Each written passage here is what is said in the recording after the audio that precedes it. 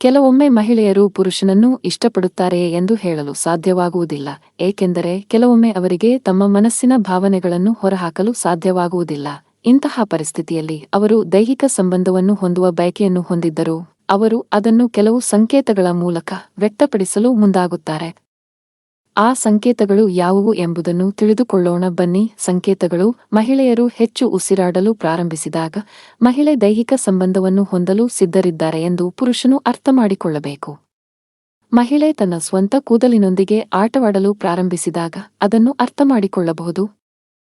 ಅವಳು ಸುಳಿವು ನೀಡಲು ಪ್ರಯತ್ನಿಸುತ್ತಿದ್ದಾಳೆ ಎಂಬುದಾಗಿ ತಿಳಿದುಕೊಳ್ಳಿ. ಕಣ್ಣಿನ ಮೂಲಕ ಸಂವಹನ ಮಾಡುವುದು ಒಂದು ಉತ್ತಮ ಮಾರ್ಗವಾಗಿದೆ.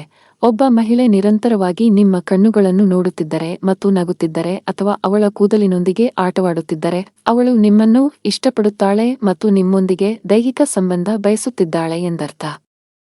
ಅನೇಕ ಬಾರಿ ಒಬ್ಬ ಮಹಿಳೆ ನಿಮ್ಮ ಹತ್ತಿರ ಬಂದು ನಿಮ್ಮ ಕಿವಿಯಲ್ಲಿ ಏನನ್ನಾದರೂ ಪಿಸುಗುಟ್ಟುತ್ತಾಳೆ.